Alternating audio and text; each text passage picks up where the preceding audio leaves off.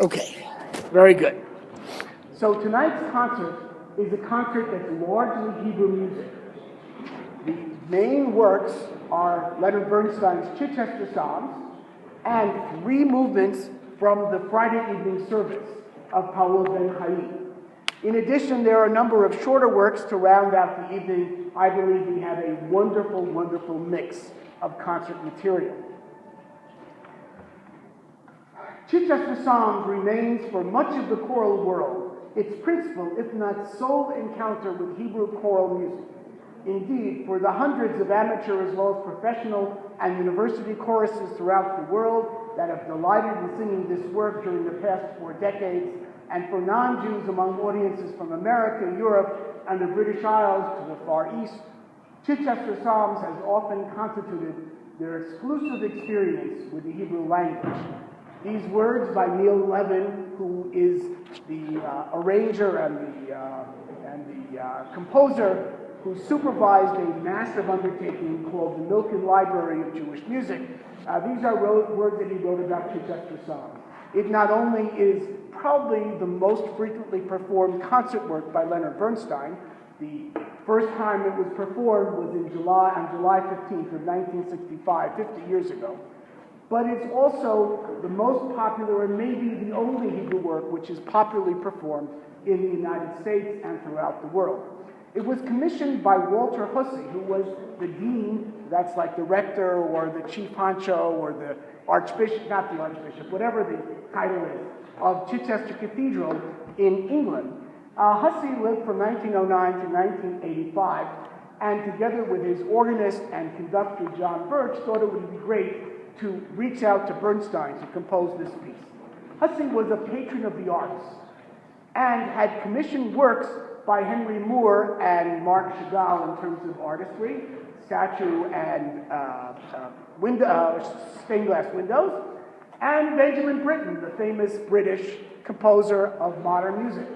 He wanted to make sure that there was a breath of fresh air in what might otherwise be a staid and stagnant Anglican tradition in Britain.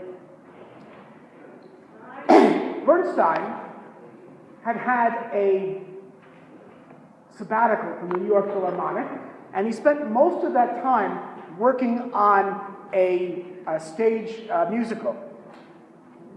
The Skin of Our Teeth, Thornton Wilder. The musical had most of the music written for it, but never took off. By December, maybe possibly as late as February of the sabbatical year, he realized that he had the commission for the Chichester Cathedral, and the Skin of Our Teeth was not going to happen, and he sat down to work on the piece for Chichester.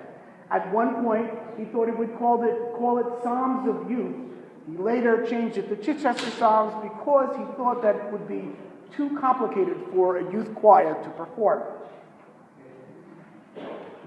Bernstein had gone through a period of time in which, always cognizant of his Jewish tradition, one of his earliest pieces was a setting of Hashkivenu for Park Avenue Synagogue.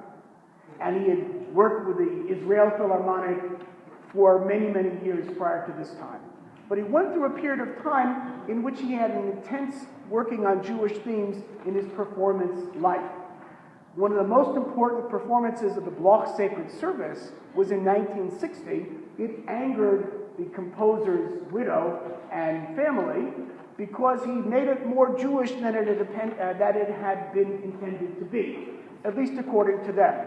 Bloch had started with a setting of the basic Jewish service as it was performed from the Union Prayer Book, but over his life had come to see this as his major mass, a work that was about brotherhood, and although it was Hebrew from the Jewish tradition, would be universal. Bernstein had Rabbi Judah Kahn intone in rabbinic tones, speaking like a sermon, the words about brotherhood, and had the actual Kaddish performed.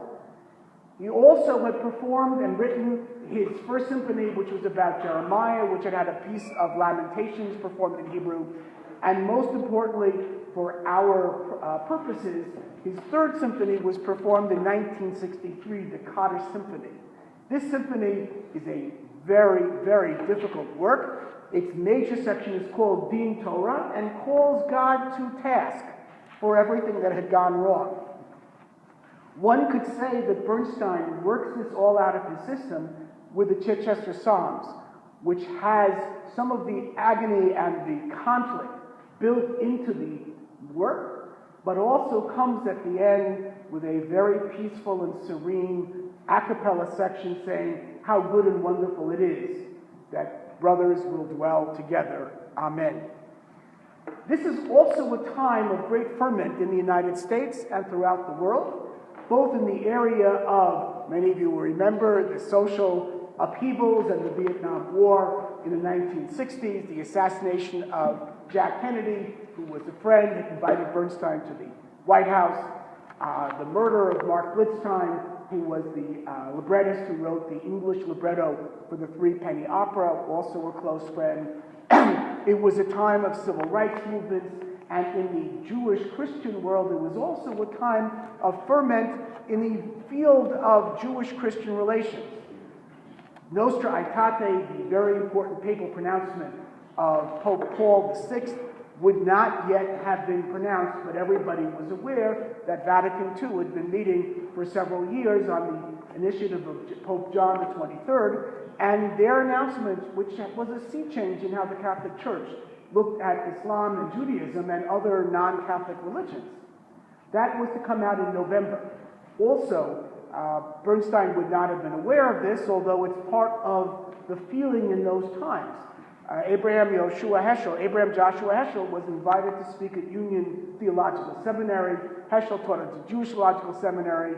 Union Seminary was a liberal Protestant seminary, basically across the street.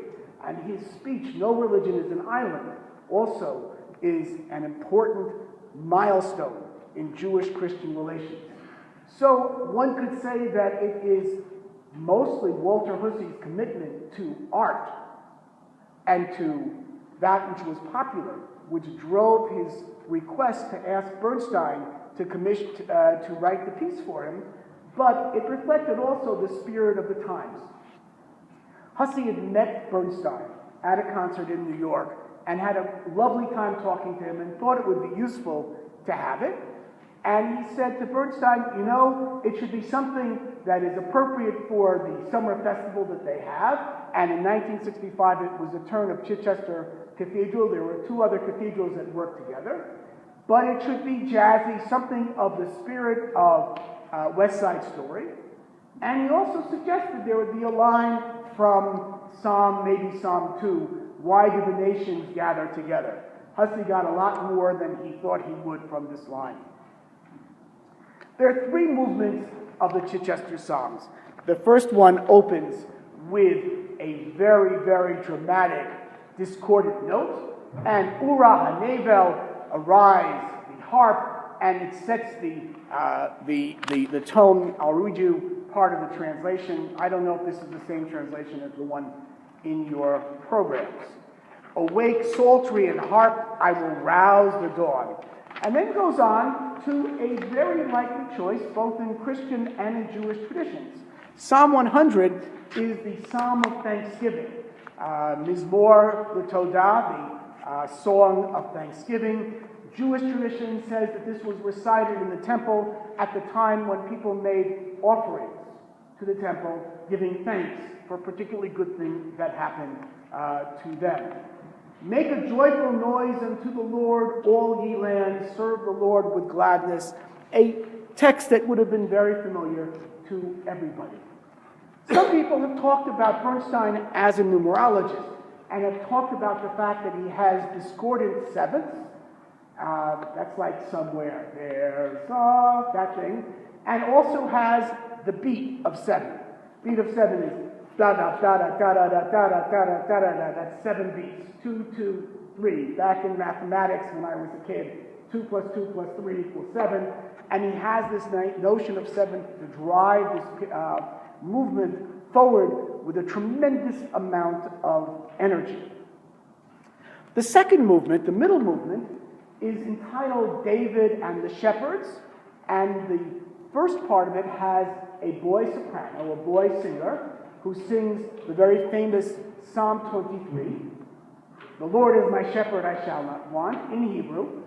And everything is peaceful, and the shepherds join in with him. And David, of course, his favorite instrument was the harp, and you'll hear the harp go along with it. But then trouble breaks out, and you hear, Lama Ragishu Bayim, why do the nations gather together? As a very, again, discordant note, a note of trouble. The sopranos and altos fight against the tenors and basses.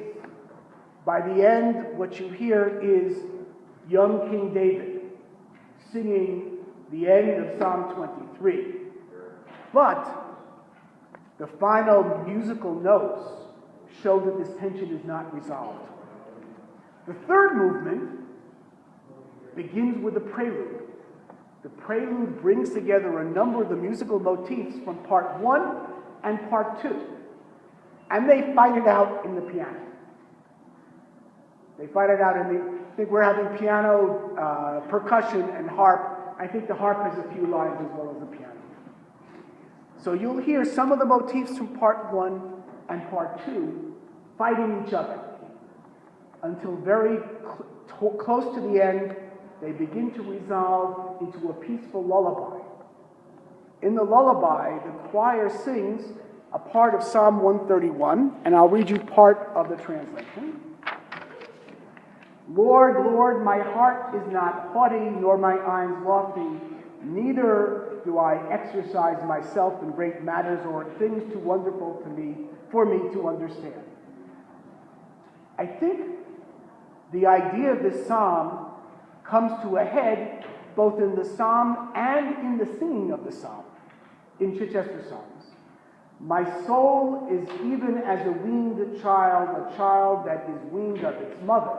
Put the Hebrew alei imo, upon its mother. And the image the psalmist seems to give us is a child who is resting peacefully, having drunk all the milk that he wants or she wants, resting peacefully on the breast of its mother as a young child with a soul that's completely at rest. And the music that comes after that indicates that peacefulness. Let Israel hope in the Lord from henceforth and forever.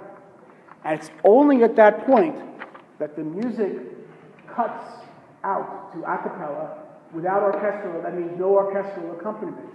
And we hear, Hine matovu manayim, behold how wonderful it is that brethren will dwell together. Amen. The notes that I've been looking at said Bernstein, especially in the early part of his career, idolized Gustav Mahler. And the idea of ending with the main point of the music coming with an a cappella section was an idea he lifted from Mahler. But that wasn't the only thing that he lifted from Mahler. That's in section 3. A cappella means no orchestra. Okay, so the a cappella section at the end of part 3 of the Chichester Psalms, the theme was not borrowed from Mahler, but the idea of having the main point of the entire piece is the point. I didn't make this up. I have no idea whether it's right.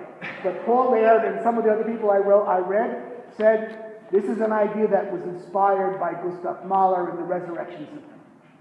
Go listen to it, see whether he's right, or see whether I understood even what Paul Laird said. But the music was not borrowed from Mahler. The music, though, was borrowed from West Side Story and from the Thornton Wilder piece that never got off the ground. The middle section is almost entirely cut from stuff that never made the stage. The young King David sings the song, Spring Will Come, in a part of the Wilder piece where everybody is worried that it's going to be winter forever. The first chord is very wintry, and then the soloist sings, Spring will come, don't be worried, things are going to get better. This became the Psalm 23, the Lord is my shepherd. The other movement is from the opening song of West Side Story, when it first began to rehearse. In Chichester Psalms, the tenors and the basses say va, ma, lama, lama ragashu. Here are the original words. Mix, make a mess of them. Pay the Puerto Ricans back, make a mess of them. If you let us take a crack, there'll be less of them, there'll be less of them. Mix, we can cut them up. If you only say the word, we can cut them up. Go ahead and say the word, and we'll shut them up, we can shut them up. It was done as fast as that, and nobody understood the lyrics, and it was very complicated because the musical arrangement was really not easy to hear on the Broadway stage. Instead, they had the opening jet song that we have today. The first section also has stuff that was cut from the Wilder musical that never happened. Bernstein worked very hard on it. He worked with Condon and Green, very famous lyricists, and he worked also with other people and reused some of that material. And he also used material from something that he called the War Duet, a piece that he had written back in the 1940s when World War II was going on and never used either. Now, there are a few more things that I want to mention very briefly about the Chichester Psalms, but I'm going to read part of a poem that Bernstein wrote. From hours on end I brooded and mused, on materiae musicae used and abused, on aspects of unconventionality, over the death in our time of tonality, pieces for nattering, clucking sopranos, with squadrons of vibraphones, fleets of pianos, played with the forearms, the fists, and the palms, and then I came up with Chichester Psalms. My youngest child, old-fashioned and sweet, and he stands on his own two-tonal feet. These psalms are a simple and modest affair, total and twofold and somewhat square, certain to sicken a stout John Cager, with its tonics and triads in B-flat major.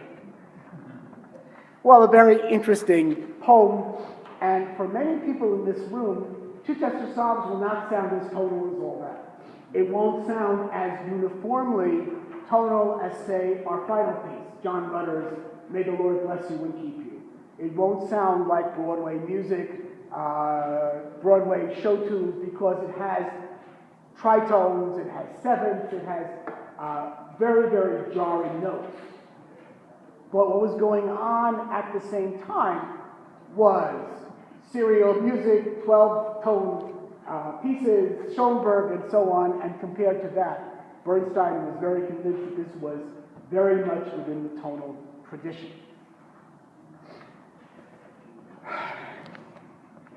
I'd like to turn now to the Kabbalat Shabbat, the other major work that we have. Kabbalat Shabbat is much longer than the Chichester Psalms. The Chichester Psalms is about 18 minutes. Kabbalat Shabbat worried to do the whole thing, and I frankly hope the Hebrew crowd does do the whole thing at some point in the future. It would be about 40 to 50 minutes, maybe even a little bit longer.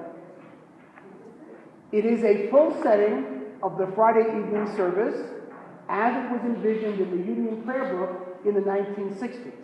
Its composer is Paul Ben Hayim, who was born Paul Frankenberger and lived near Munich for the first part of his life. He was born in 1897, and by 1933, he'd already had something of a career. Actually, by 1932, he'd already had something of a career. Two things happened. He lost his job in Augsburg, and the Nazis were elected. He decided it was time to check out whether or not he would be able to survive in Palestine in those days. He had a number of friends. Heinrich Shalit, a well-known composer of synagogue music, had suggested to him that Palestine might be the place to go.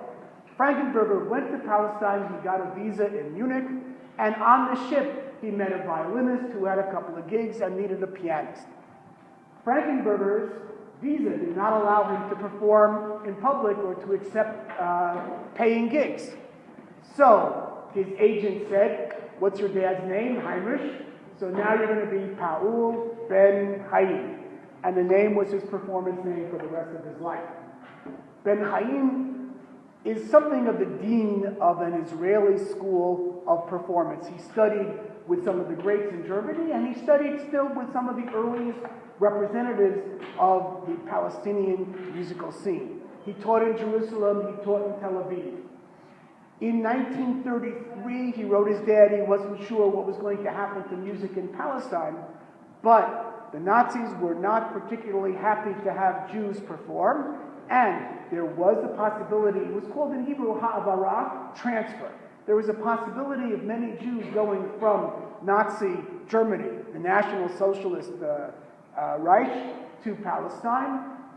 Something like 70,000, some enormous number of Jews went to Palestine. Many of them were very competent musicians.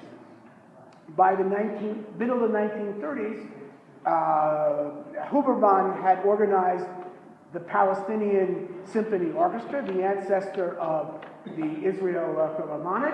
They performed in Tel Aviv and in Cairo. In those days, you could do that.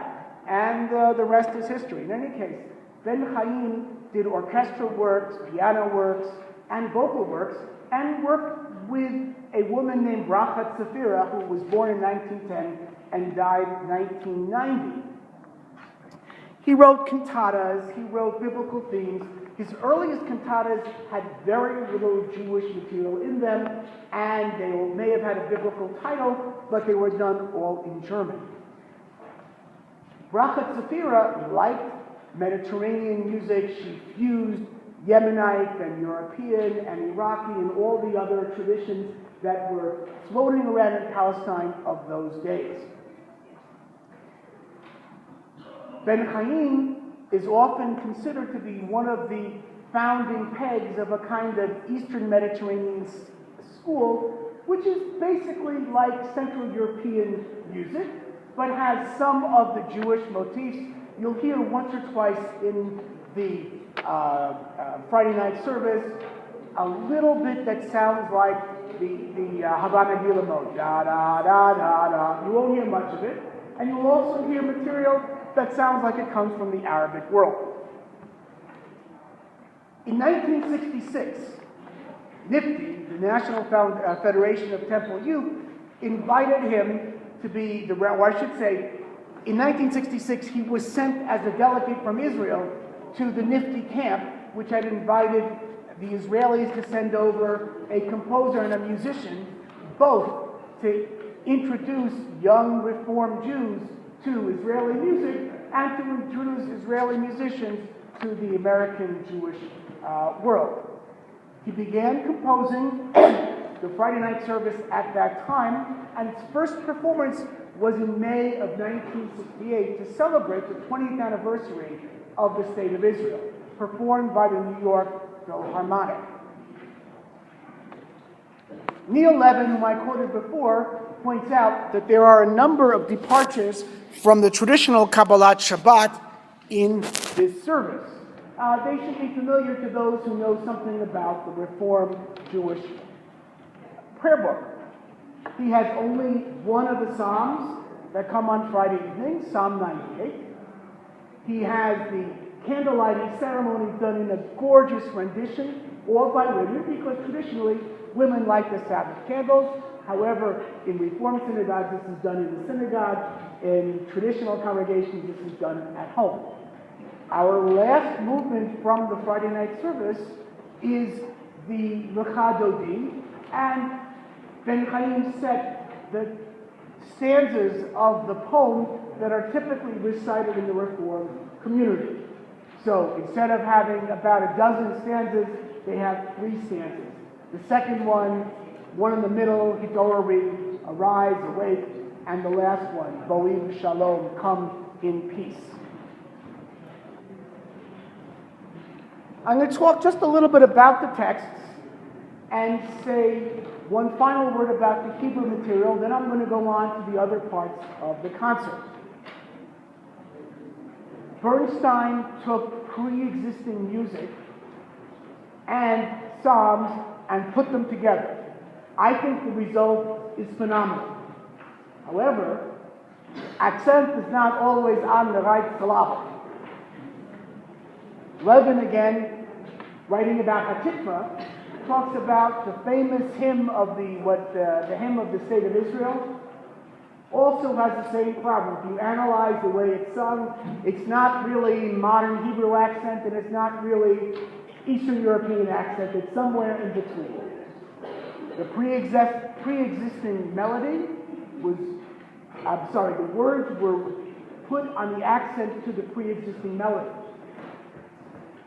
In Chichester Psalms, Bernstein has a full psalm and part of another psalm in each section, and repeats some of the words over and over again in a way which is not really consistent with traditional Jewish chanting, but serves to emphasize some of the ideas. In part 3, it emphasizes the idea of peacefulness, although the last psalm, the last piece, behold how good it is for brothers to dwell together, is done without a break and without a repeat.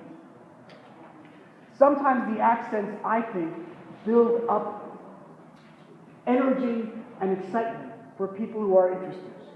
One other thing about the Psalms, in our program, I believe, and certainly in the text of the Chichester Psalms, one of the things which is very much Anglican is the enumeration. One of the ways in which Hebrew Bibles and Anglican Bibles, King James Bibles, differ is that most Hebrew Bibles have Mizmor LeDavid, a Psalm of David, as verse 1. And the next one is verse 2. Here, you leave out Mizmor LeDavid, the Psalm of David, and verse 1 is considered to be, the Lord is my shepherd, I shall not want.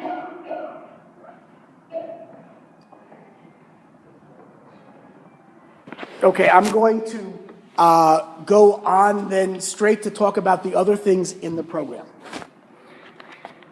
The rest of the program has a piece in Yiddish and a piece in Ladino. The Yiddish piece is very famous. You all probably heard it.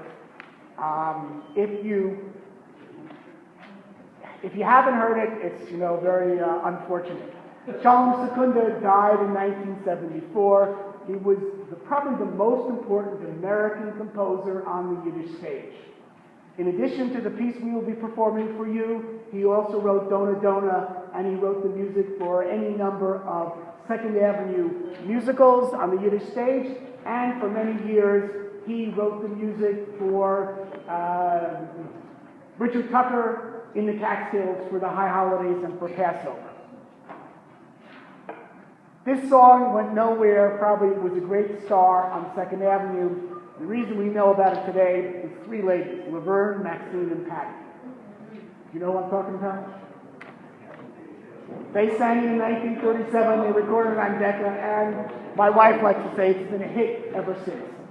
The other example of traditional Jewish music is in Ladino. Ladino is traditional Spanish, as spoken by Jews in the areas in which Spanish Jews left, and when they left Spain after 1492 with the expulsion that was decreed by Fernando and Isabel.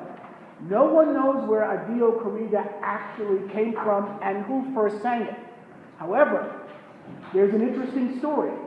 Some people say Giuseppe Verdi, yes, that Verdi, had a patron who was a Sephardic Jew and taught Verdi the melody, which he then used in La Traviata, where Violetta sings this just before she's about to die. Addio del passato, goodbye, goodbye. I live my life as good as I can, as well as I can. Addio del passato. If you know the opera, it's a very famous piece. Some of the people who are Ladino fans know about the Verdi ascription, but think that it's the drinking song from part 1, which doesn't sound at all like our piece. A couple of years back, a lady named Cohen Serrano wrote that in fact this was not true. Adio Corrida comes from a lady named Julie Cohen in Sofia, Bulgaria, who used to sing sad songs from opera on the streets. And this one was the Ladino version that was remade from the song that she sang from Traviata. It's actually very interesting. You have an idea of ancient Spanish Jewish songs that is denied by version 2 of this legend and replaced with a Verdi background, just to make it more interesting. As I said, no one knows what is really true. The remaining three pieces on the program tonight are lots of fun. We have two pieces in Hebrew. They are really concert settings of Psalms. Hebrew by Charles Osborne. Osborne is a cantor. He became a cantor in 1987. He wrote for youth choirs and for actually any choirs. This piece, I don't remember when it was written, but Osborne is writing in a very traditional but very modern folk singing kind of vein. Benji Ellen Schiller was born in 1958, and she is active primarily in the congregational singing and in Beged Keped, a pop performing troupe. Her piece also, like Bernstein, has different key signatures. It goes in and out of 4/4 and 2/4 and 7/4 and so on. And it's also very popular, done for cantor and choir. The ending of our program is a beautiful anthem, which is totally, you might say, very fitting for our location in the Anglican tradition. John Lutter's gorgeous, gorgeous setting of the priestly benediction, which occurs at the end of many Reform and Conservative synagogues to this day.